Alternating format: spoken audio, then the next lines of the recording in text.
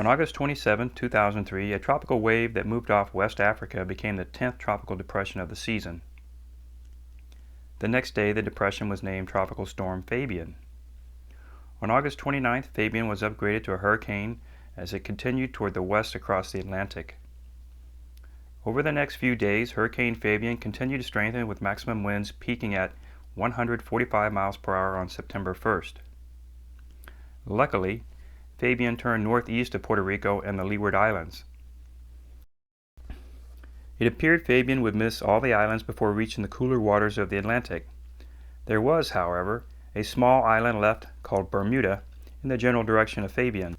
After watching the 5-day forecast tracks, I noticed that Fabian was slowly bending further to the right and closer to Bermuda. Notice how the dashed and solid lines get closer and closer to Bermuda in the Hurricane Center graphics.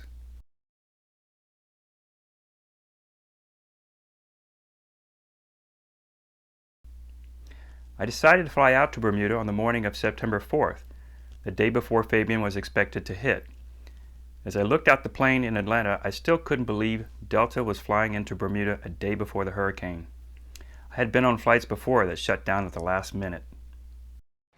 Once in Bermuda, I filmed the airport for a before and after comparison if Fabian really did come our way. Bermuda gets a lot of near misses. The last major hurricane to hit was at least 50 years ago.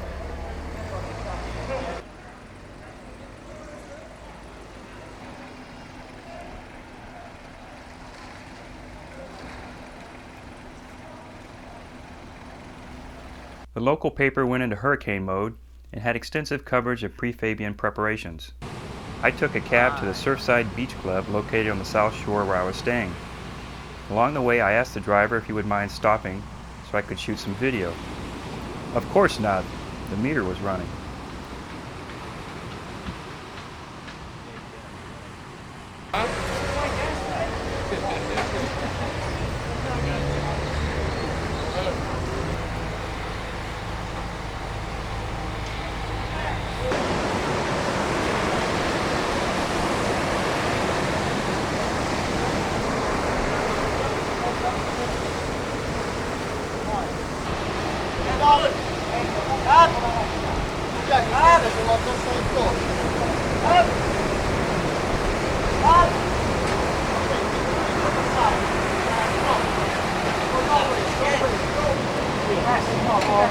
Massimo, sai devi fare?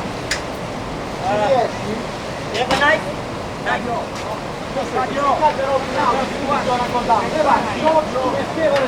Guanti! I arrived at my humble dwelling for the night, located high above the water on the south shore. It was absolutely beautiful.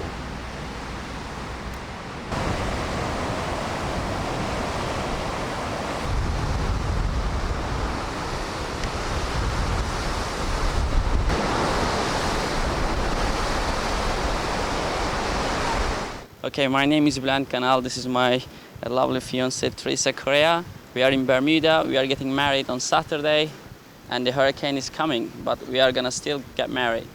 Today's Thursday. It's only 2 days for our wedding. This is our rehearsal day and dinner tonight. So far, plans were supposed to be down on the lower terrace, but now we've gone through plan A, B, and C. Worst case scenario, and it's too rough to be outside, we're gonna still get married in one of the suites on Surfside, overlooking the water, and hopefully it should be a good day.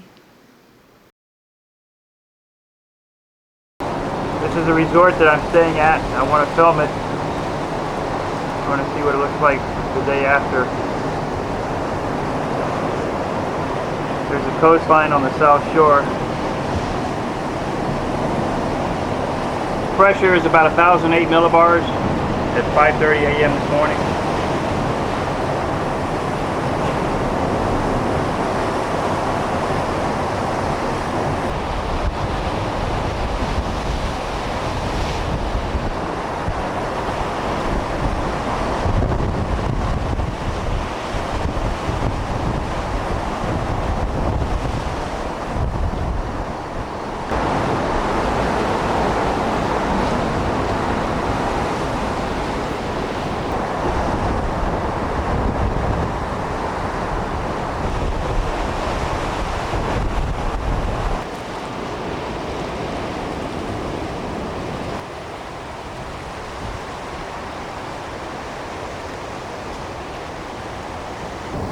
photographing? Well, good morning.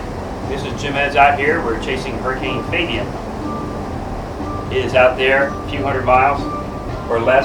It's going to be here probably in less than 12 hours. We're getting a quick bite to eat, get some breakfast before we head out. It might be the last meal. Okay, I'm reading 1,006 millibars. It's dropped another 6 millibars since I got up this morning. That is 29.73 inches. Hurricane Fabian is due to come in just west of here at about 7 p.m. local time.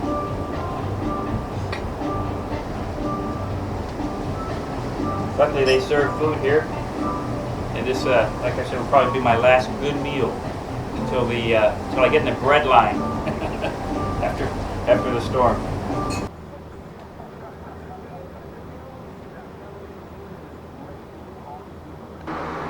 I'm storing my laptop, my case, and my luggage in the bathtub. In case the water comes up, we're up pretty high, but I want it to be safe, and I don't know if it will be there when I come back. We're just checking out the local forecast here. Winds up to 100 knots, gust to 130. You don't see this every day.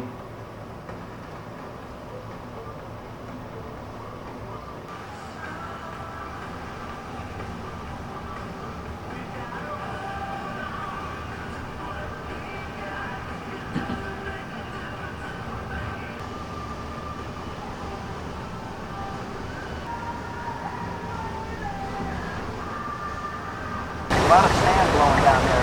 Sand blocks the camera.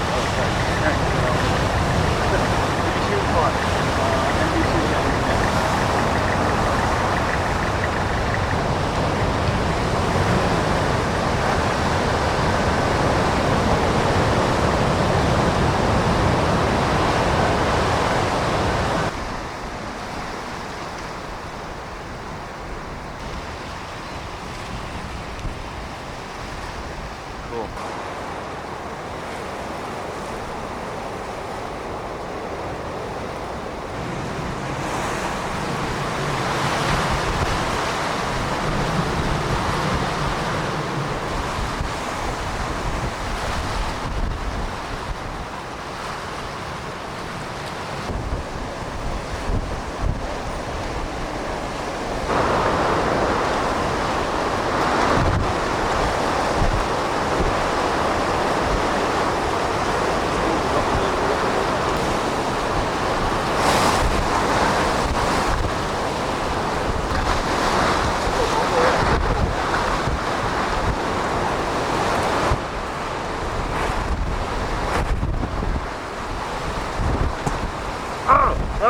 Power just went out.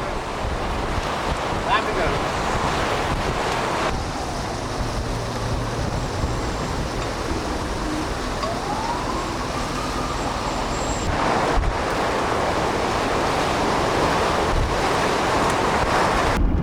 The weather will begin to improve after about midnight or so as Fabian continues to move off towards then to the northeast and accelerate. Just heard Bermuda will expect to experience a storm surge of 6 to 10 feet above the normal high tide. This, with high winds, puts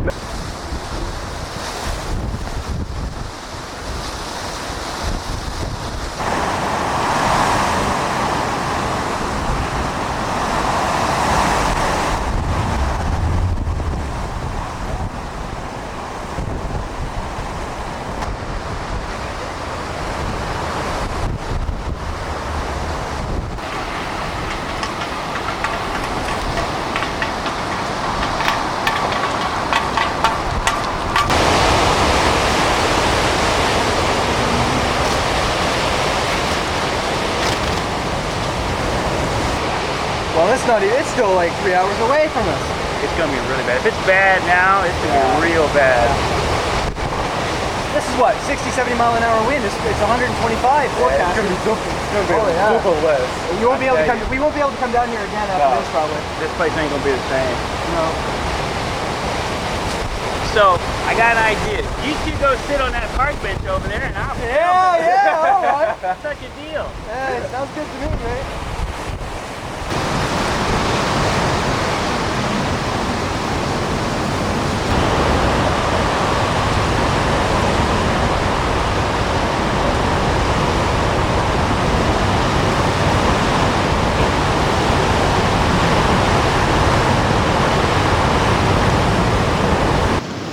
right, let's see how far we can get out here.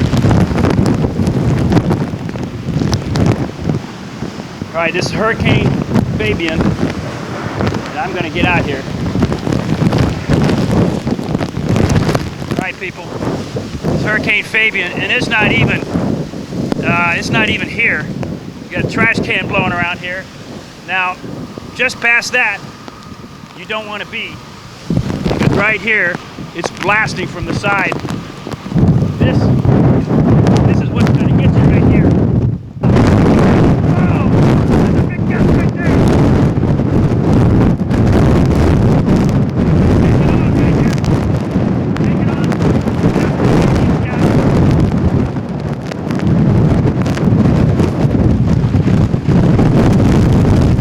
This is Jim Edds.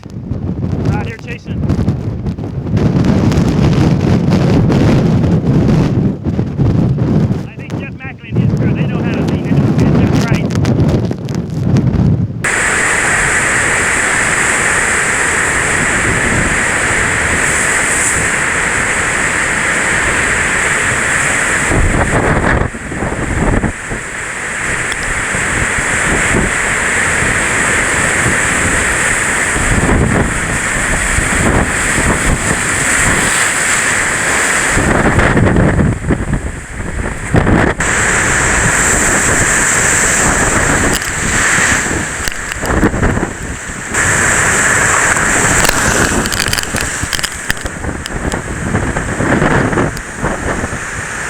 I was close. I broke it here. Broke it.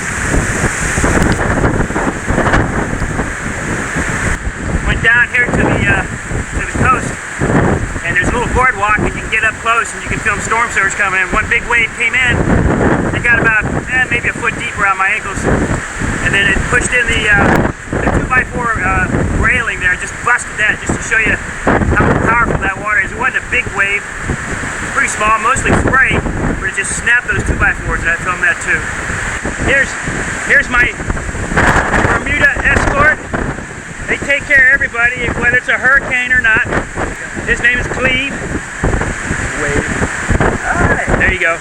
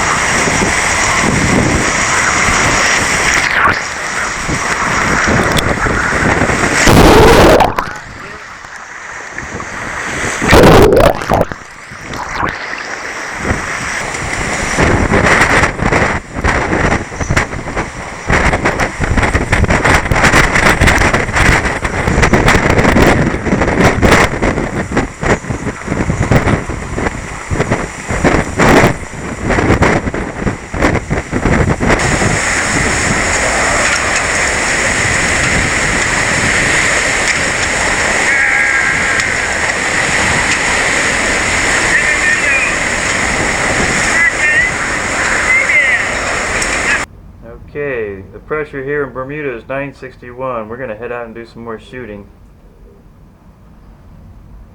We're 28.38 inches. 5:22 local time.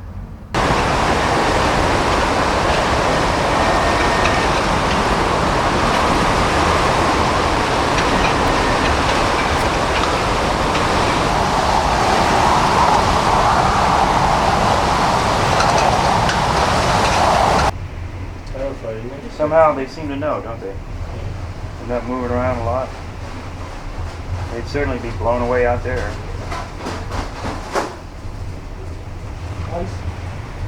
No, it's wet towels. We've got some laundry. Here is a series of visible satellite images showing the eastern eye wall scoring a direct hit on Bermuda.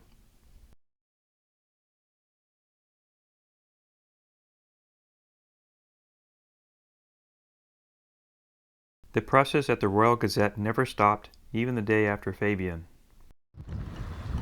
Many boats were sunk or pushed up on the shoreline by the storm surge.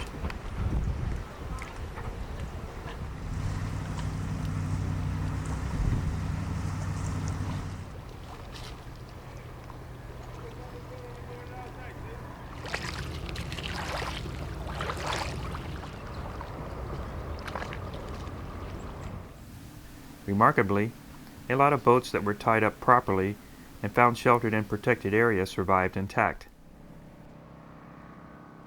Even some of Bermuda's well-constructed houses were no match for the 120-mile-an-hour sustained winds of Fabian.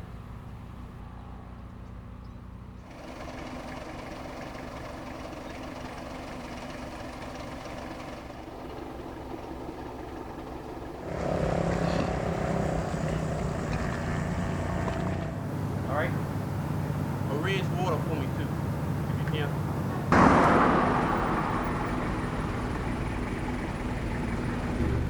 Bermuda's 400-man army was activated to help with the cleanup and to keep sightseers away from the heavily damaged areas.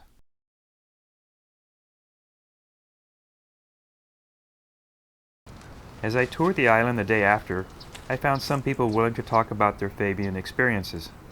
So when the fire started in there, pressure built up and it went boom! So it just exploded and everybody shook, and it just brought in thousands of people from the neighborhood. They all came around checking the fire as it kept burning and burning. There was no fire engine because of the debris in the road. So it wasn't much else to tell but watch the flames were just sucked in and wished out from one side of the house to the other side. So it was really horrific. It was just one of those sights, you know. Even when the fire people came here, they were a little shocked because they never seen a house. Very seldom you got a whole house burned in Bermuda because of the way it's constructed. It's basically made of stone, like concrete and steel, so basically it takes a while to get to from room to room. And when they saw the whole house engulfed, they just sort of was in awe, and they just more like stayed on the outside and just sprayed water and just kept trying to do something like that because everything was just, it was never seen anything like this before.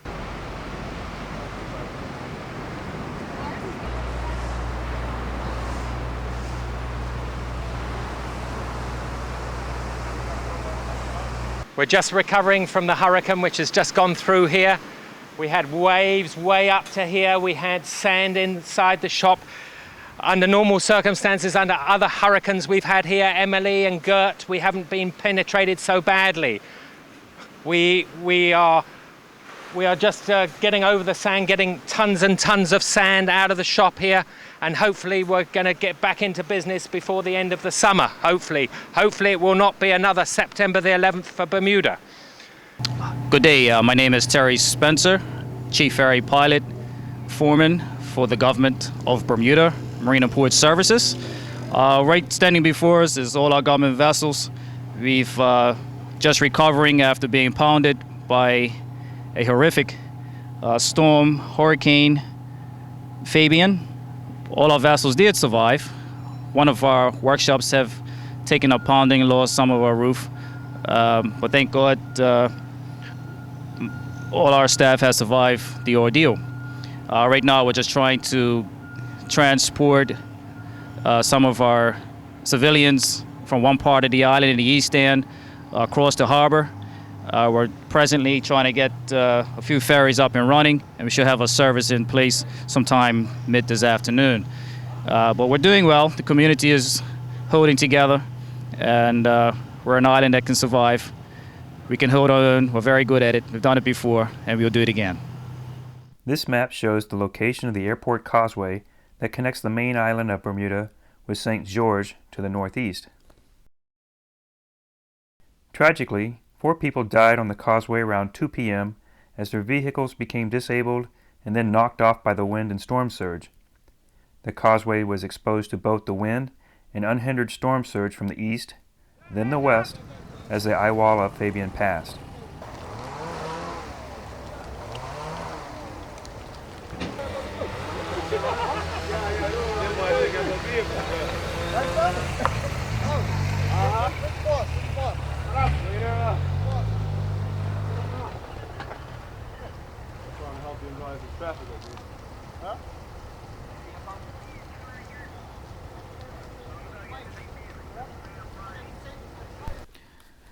My flight back was delayed for 3 days while repairs were made to the heavily damaged causeway.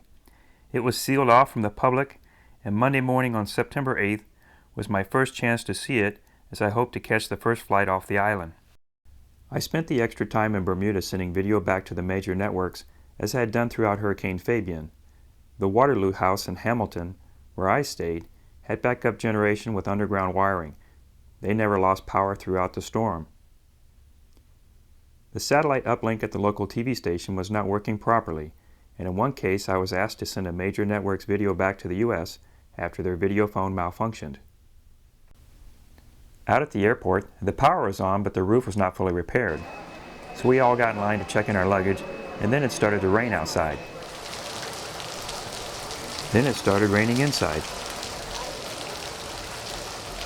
The ceiling tiles became saturated and began falling down, requiring everyone in line to relocate to a safer area.